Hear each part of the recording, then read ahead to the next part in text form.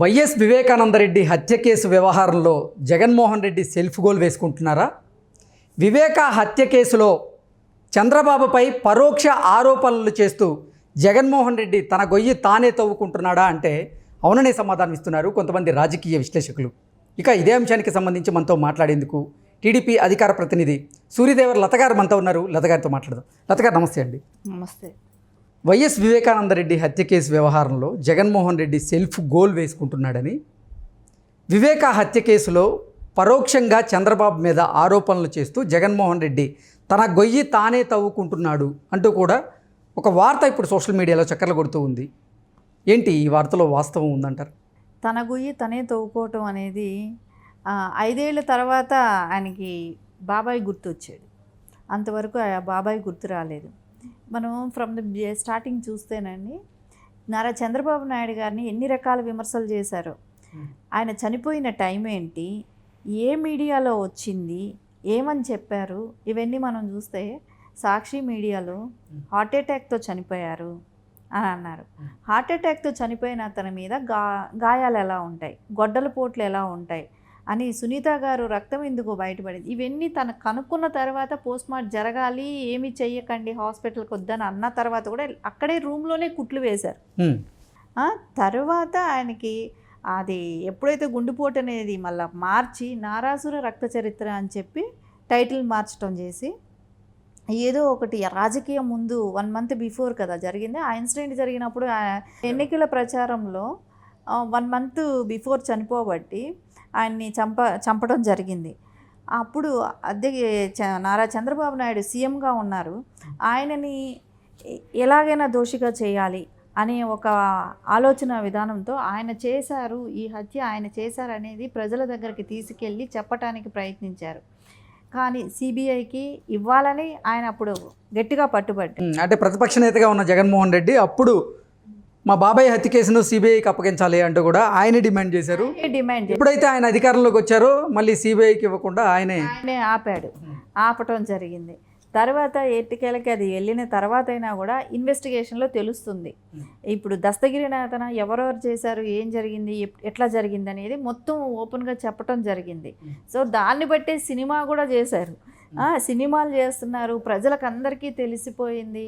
ఇన్ని తెలిసిన అంటే సినిమాలో చూపించింది అంతా నిజమే అంటారా? ఖచ్చితంగా ప్రతి విషయం, కదిరి నుంచి ఆయన గొడ్డలు తేవడం అన్నీ. ఎందుకంటే దీనికి అంతటికీ కూడా దానిలో ఇన్వాల్వ్మెంట్ అయ్యి చేసిన వాళ్ళు ఇచ్చిన స్టేట్మెంట్ ప్రకారమే జరిగింది సినిమా కూడా.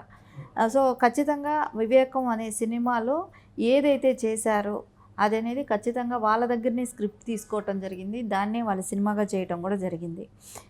ఇంకా మనం ఇప్పుడు జగన్ విషయానికి వస్తే, కడప జిల్లాలో పొద్దుటూరులో మీటింగ్ పెట్టినప్పుడు ఆయన స్టేజ్ పైన అలా బాబాయిని గురించి ప్రస్తావించటంలో, చిన్నాన్నకి హత్య గురించి ఆ దేవుడికి తెలుసు, మాకు కడప ప్రజలకు తెలుసు అన్నప్పుడు, అసలు చిన్నాన్న వివేకం బాబాయిని హత్య చేసింది ఎవరనేది ఆ పైన దేవుడికి తెలుసు, ఆయనకి తెలుసు, ఈ జిల్లా ప్రజలందరికీ తెలుసు.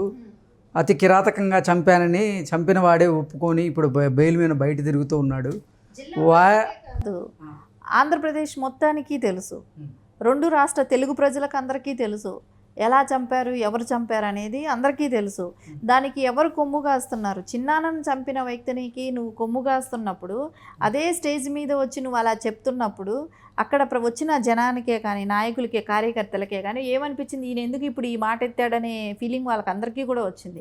వాళ్ళ కార్యకర్తలే కూడా అలాంటి డిస్కషన్స్ కూడా జరిగిందే చేసిందే మన అవినాష్ రెడ్డి చేశాడనేది వాళ్ళకి చెప్తూ కూడా, అవినాష్ రెడ్డి ఎవరు ఎంపీ క్యాండిడేట్గా నిలబెట్టారు? జగన్మోహన్ రెడ్డి నిలబెట్టాడు.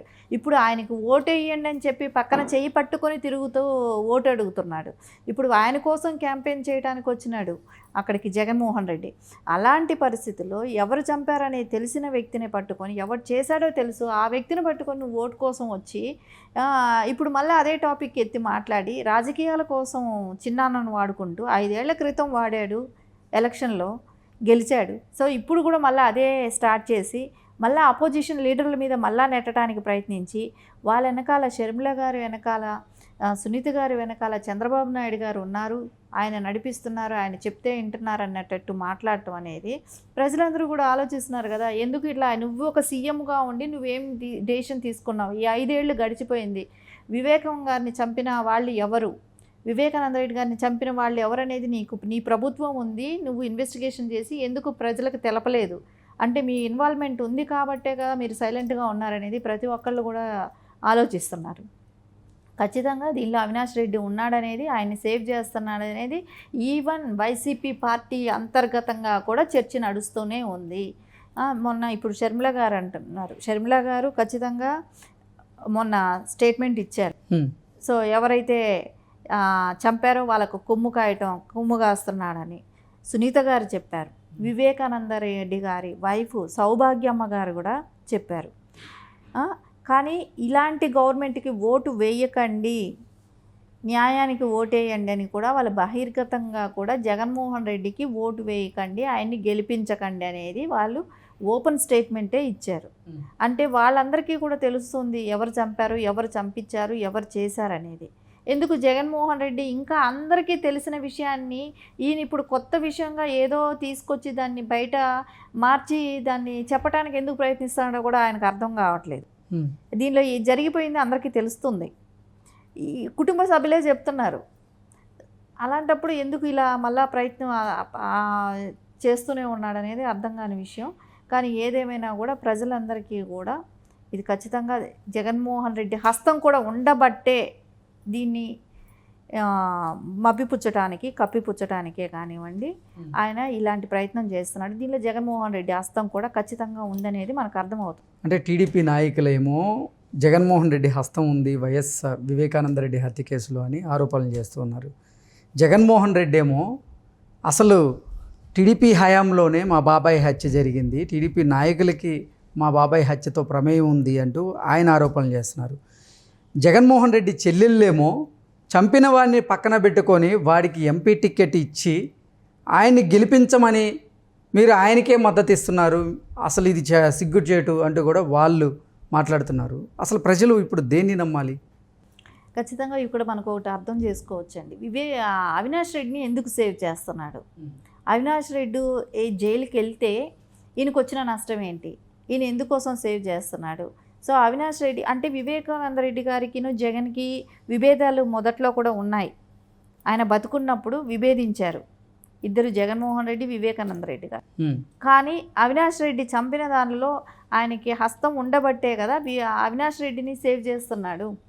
సో వీళ్ళ హస్తం కూడా ఖచ్చితంగా ఉంది, జగన్మోహన్ రెడ్డి హస్తం కూడా ఉండబట్టే ఆయన మొదట్లో కూడా ఉన్నాయి.